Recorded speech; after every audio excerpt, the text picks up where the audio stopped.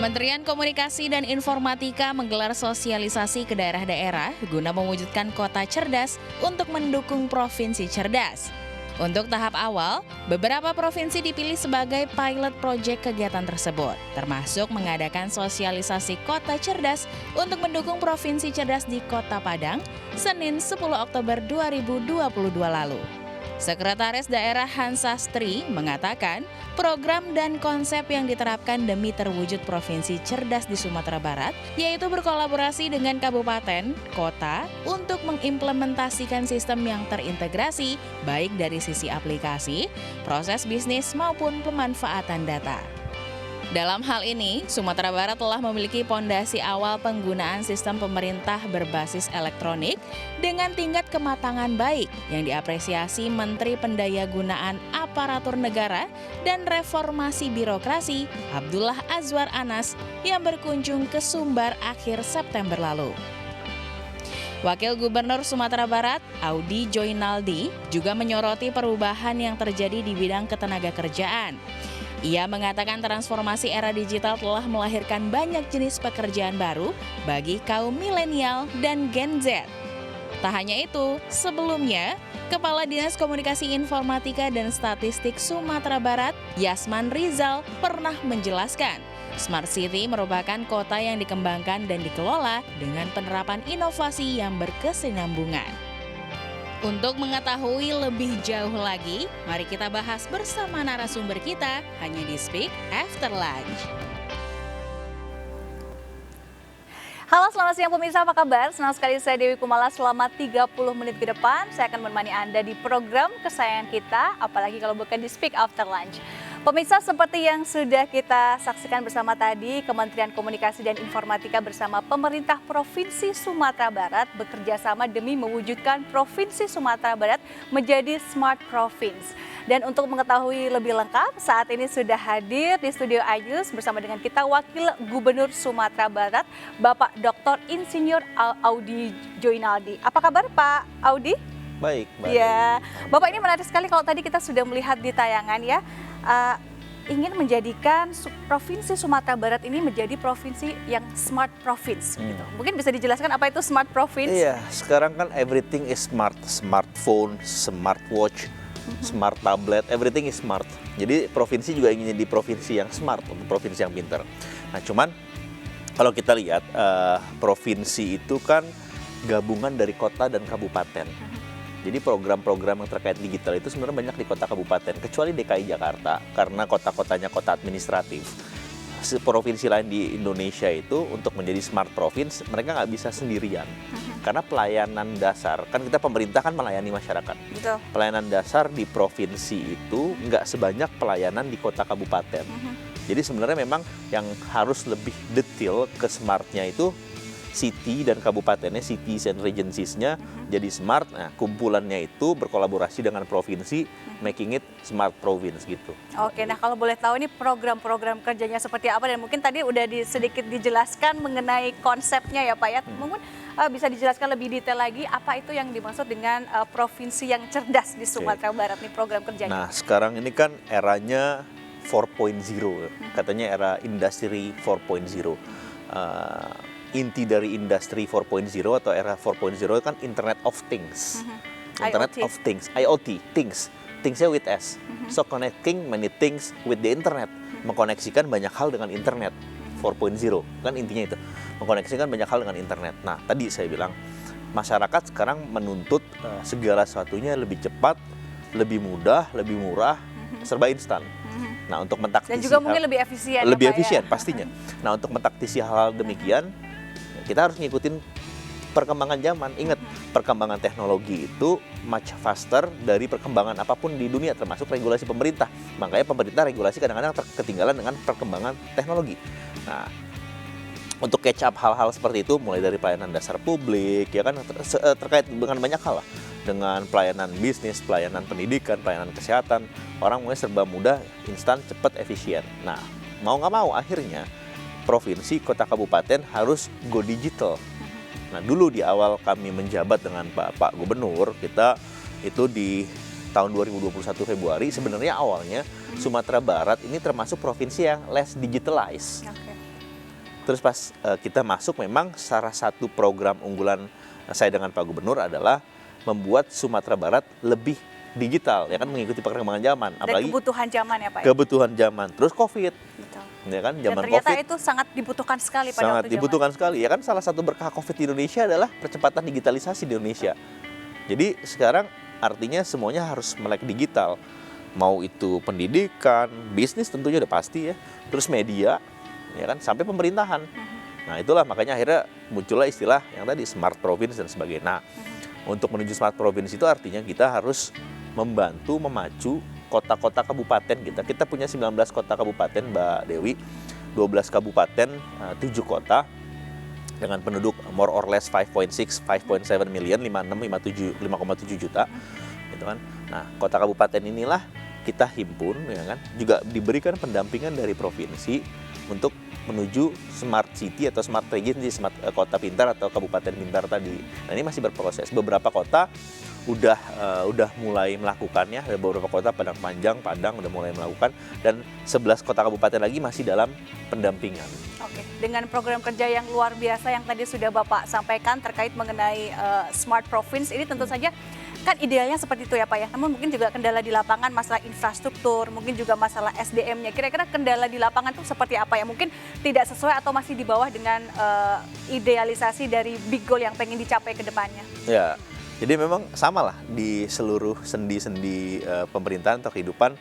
Yang paling penting untuk membuat suatu program itu baik dan berjalan adalah SDM. Betul kata Mbak Dewi. Jadi paling penting itu SDM. Infrastruktur, yes, tentunya kalau digital kan BTS, sinyal yang merata. Tentunya kabupaten sinyalnya lebih sulit dibanding di kota dan sebagainya. Tapi memang yang paling utamanya adalah SDM. SDM-nya harus siap, gitu kan. Nah, pendampingan SDM untuk mengarah ke situ, baik di kota kabupaten melalui provinsi dan juga kerjasama dengan Kementerian Komunikasi dan Informasi itu penting dilakukan. Karena intinya dari situ, dari SDM yang bisa berinovasi inilah yang bisa menjalankan apa yang kita inginkan atau program yang kita inginkan. Gitu. Jadi memang perannya pertama memang SDM, baru infrastruktur. Nah, SDM ini tentunya dilatih. Nah, kami dari provinsi juga mendampingi kota-kota yang ingin menuju tadi smart city ya, atau smart regency, smart kabupaten. Nah, untuk menyiapkan SDM-SDM-nya. Nah, di provinsi kebetulan di Dinas Komunikasi Informasi Statistik kita gitu, kita juga punya banyak SDM-SDM, tenaga-tenaga muda Sumatera Barat yang kita rekrut khusus untuk fokus ke hal-hal yang berbau digital. Ya mulai dari konten, terus berita, pokoknya hal-hal dasar pelayanan publik, terus juga coba membantu mendampingi kota kabupaten. Dan saya dengar ada program unggulannya adalah untuk mencetak 10.000 entrepreneur muda. 100.000 bahkan sebenarnya. 100.000 ya mimpi besarnya ya Pak ya. Mimpi Tapi besar. jangan dijawab dulu. Pemirsa, kita akan jeda sejenak dan perbincangan bersama dengan Wakil Gubernur Provinsi Sumatera Barat masih akan kita lanjutkan kembali. Jangan kemana-mana, tetaplah bersama kami di Speak After Lunch.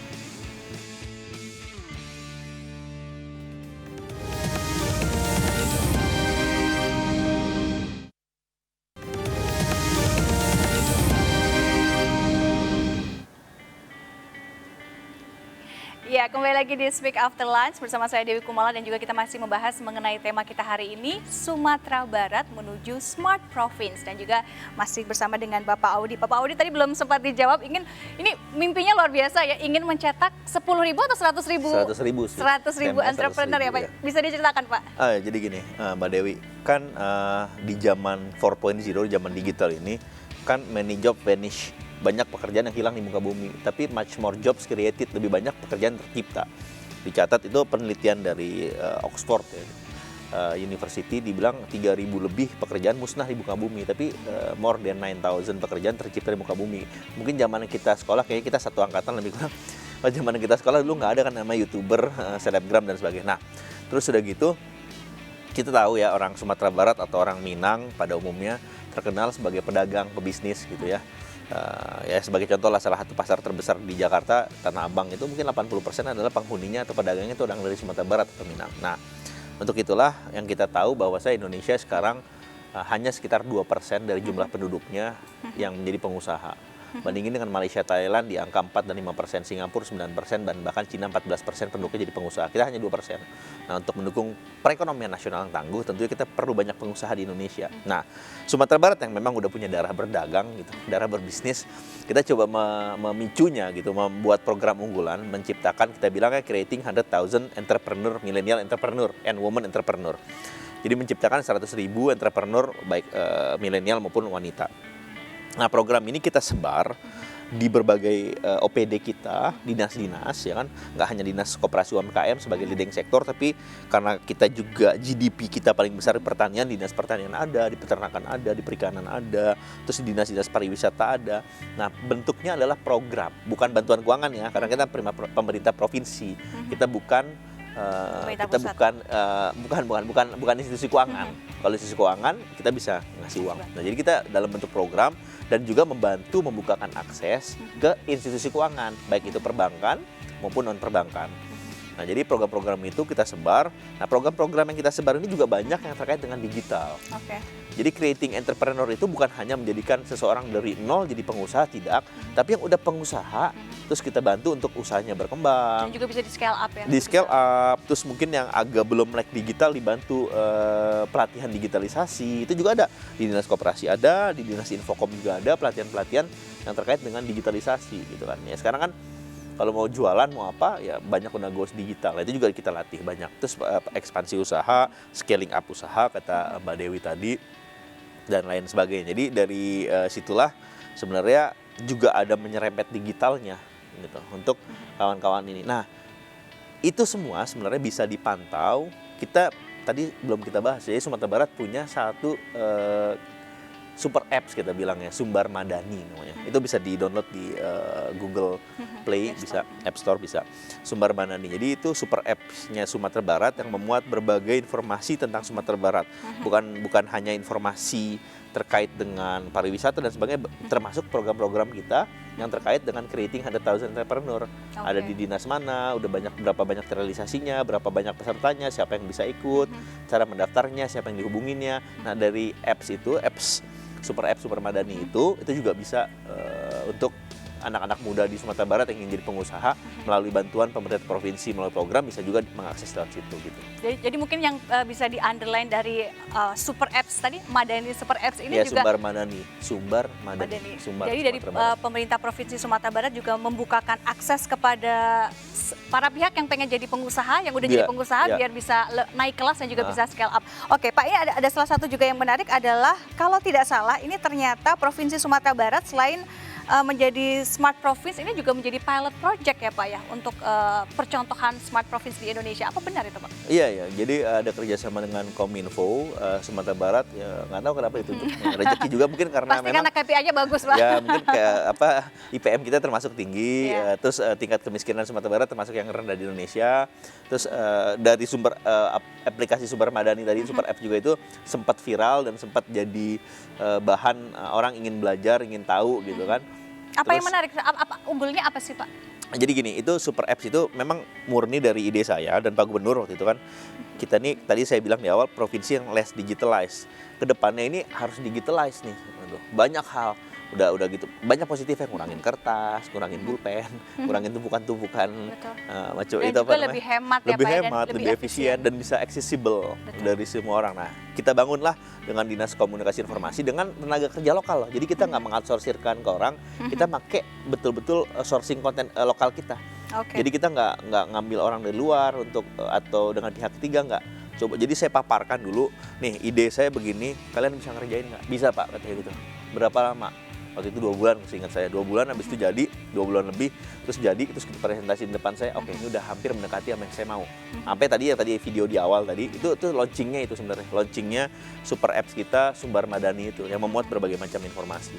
Oke, nah ini mungkin terkait mengenai digitalisasi, kalau tadi Bapak sudah menyebutkan bahwa dengan adanya Super Apps ini bisa seperti menggerakkan perekonomian dari sisi UMKM yang memang sudah terbukti resilient pada waktu pandemi. Terkait digitalisasi ini untuk Super Apps ini untuk membantu pelayanan publik seberapa jauh Pak? Banyak pelayanan publik ya, yang di tingkat provinsi tentunya pelayanan publik tingkat provinsi. Udah gitu ada juga satu yang menarik itu adalah lapor Gub Wagub. Jadi sebenarnya Lapor Gub Wagub. ya Oke. ada Jadi di salah provinsi satu lain fitur waktu di itu yang launching lapor Gub, terus dalam hati saya udah punya duluan loh sebenarnya gitu, cuman provinsi itu lebih viral aja waktu itu.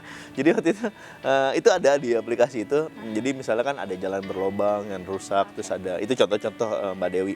Terus ada laporan ya ini ada pungli misalnya atau ada apa. Sebenarnya bisa lapor ke situ dan nanti dari situ di forward ke dinas atau OPD terkait yang melayani. Misalnya tentang jalan ya tentunya ke dinas BMCKTR, Bina Marga Cipta Karya. Terus misalnya tentang apa? Tentang pertanian ya ke dinas pertanian, tentang pendidikan ke dinas pendidikan gitu. Jadi memang Super Apps ini boleh dibilang bisa menjadi solusi bagi seluruh masyarakat di Sumatera Barat ya. Dan Pak, terus kita develop ya, belum jadi apps yang sempurna, menurut saya masih jauh dari sempurna. Ya kayak apps-apps yang udah ada sekarang aja itu pemilik apps-nya masih terus mendevelop kan apps-nya. Nah ini juga masih terus didevelop, jadi masih banyak yang harus diperbaiki, disempurnakan. Dan masih terus berkolaborasi ya, dengan Keminfo ya. Iya. Oke. Dan ini juga yang menarik adalah mengenai sektor pariwisata yang menjadi salah satu daya tarik unggulan dari Provinsi Sumatera Barat. Tapi jangan dijawab dulu Bapak, perbincangan akan kita segera lanjutkan kembali. Jangan kemana-mana, tetaplah bersama kami di Speak After Lunch.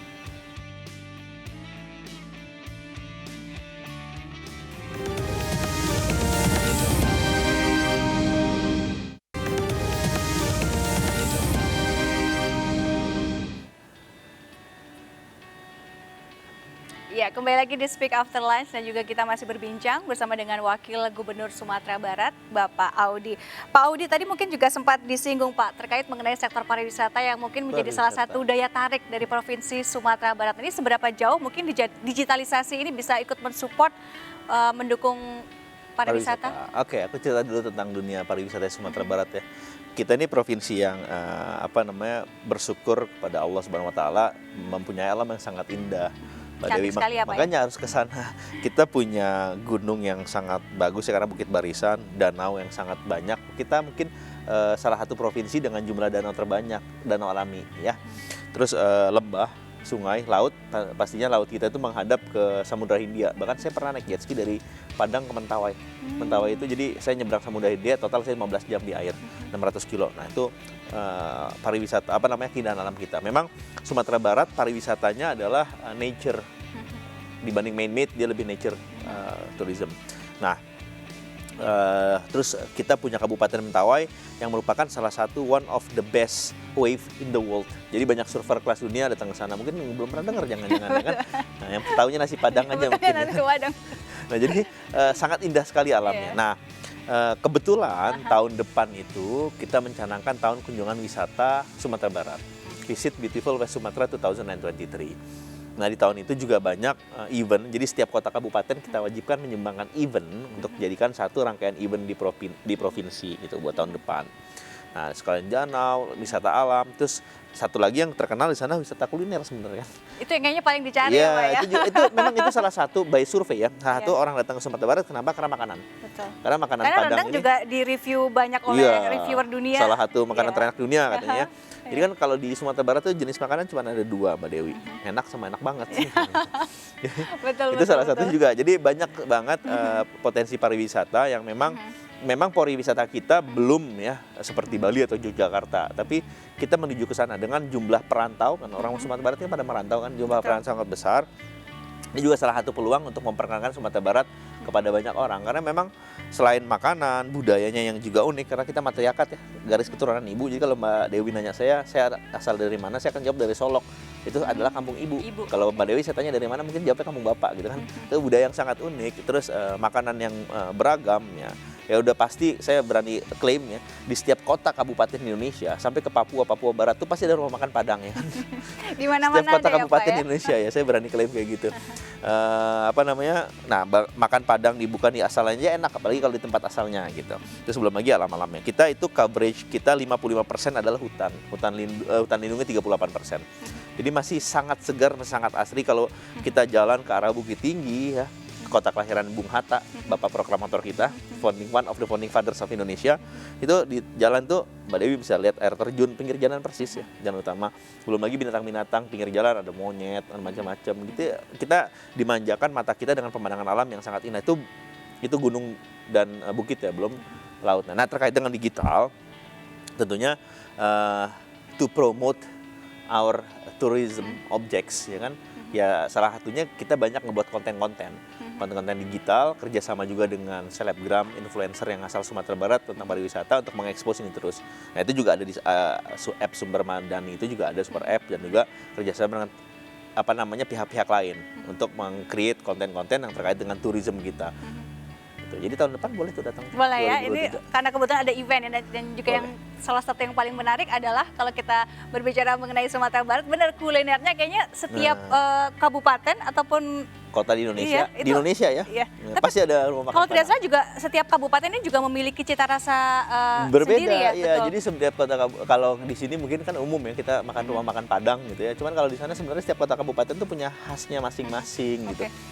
Dan itu juga terkait mengenai tadi kolaborasi dengan Keminfo tuh apa saja tuh Pak? Mungkin program-program yang sudah dan kemudian Tourism. masih nih satu nih, saya lupa tadi ngasih ya. tahu bahwasanya kita termasuk penyumbang desa wisata program Bang Sandiaga Uno di Kementerian Pariwisata Ekonomi Kreatif. Salah satu provinsi penyumbang desa wisata terbanyak di Indonesia. Di ADWI tahun lalu kita alhamdulillah 50 besar kita dapat 4 dari 34 provinsi loh. 50 besar kita dapat 4. Tahun ini persaingan makin ketat. Tahun lalu 4 itu termasuk provinsi yang paling banyak tuh dapat nominasi. Terus tahun ini 3 juga termasuk paling banyak. Kalau nggak salah yang nomor ada satu lagi 4 tuh Sulawesi Selatan kalau saya nggak salah. Coba kita masih termasuk yang banyak gitu. Jadi sekarang semenjak Covid kan berubah nih paradigm di bidang tourism, lebih bermain ke desa-desa wisata. Jadi kita ngikutin arahan dari Kementerian Pariwisata Ekonomi Kreatif. Nah, Sumatera Barat termasuk penyumbang terbanyak. Terus desa-desanya kalau kita ke Nagari namanya, itu keren-keren banget, indah-indah banget. Nah, nanti kalau liburan keluarga lah. Iya. Dan Oke, dan yang mungkin terakhir ini harapan apa yang mungkin bisa dimaksimalkan terkait mengenai Sumatera Barat sebagai smart province? Nah, jadi memang harapan ke depannya kita masih harus terus menggandeng kota kabupaten yang masih dalam tahap pembinaan supaya semuanya bisa kompak seiring sejalan. Kalau semua sistemnya bisa terintegrasi, setiap kota kabupaten diintegrasikan dengan provinsi, ini saya kan akan lebih mudah mengakses segala sesuatunya, akan lebih mudah pelayanan, efisiensi, rendah biaya dan sebagainya, dan pengawasan serta program untuk kebijakan-kebijakan apa yang akan kita jalankan di provinsi maupun kota kabupaten tentu akan lebih mudah. Oke. Dan mungkin ada lagi pesan sponsor untuk masyarakat luas yang menyaksikan tayangan ini yang untuk mengunjungi acara Visit West Sumatera 2023 ya, karena tahun depan kita ada tahun kunjungan pariwisata 2023, jadi kita mengajak seluruh masyarakat Indonesia untuk main-main ke Sumatera Barat karena tahun depan ada Visit Beautiful West Sumatera 2023. Kalau yang pingin makan nasi Padang asli ya datang ke Sumatera Barat. Ya, langsung menuju ke aslinya ya. Asli. Oke. Sekali lagi terima kasih. Terima kasih Wakil Gubernur Sumatera Barat Bapak Dr. Insinyur Audi Joinaldi atas perbincangannya pada kesempatan kali ini, dan semoga untuk acara event Visit West Sumatera 2023 nanti semuanya ramai banget, banyak pariwisata baik dari domestik maupun luar negeri yang mengunjungi Sumatera Barat. Ditunggu juga Mbak Dewi. Iya, siap. Dan pemirsa, tanpa terasa kita sudah sampai di penghujung perbincangan kita. Saya Dewi Kumala mohon pamit undur diri. Selamat siang dan sukses selalu untuk kita semua. Sampai jumpa.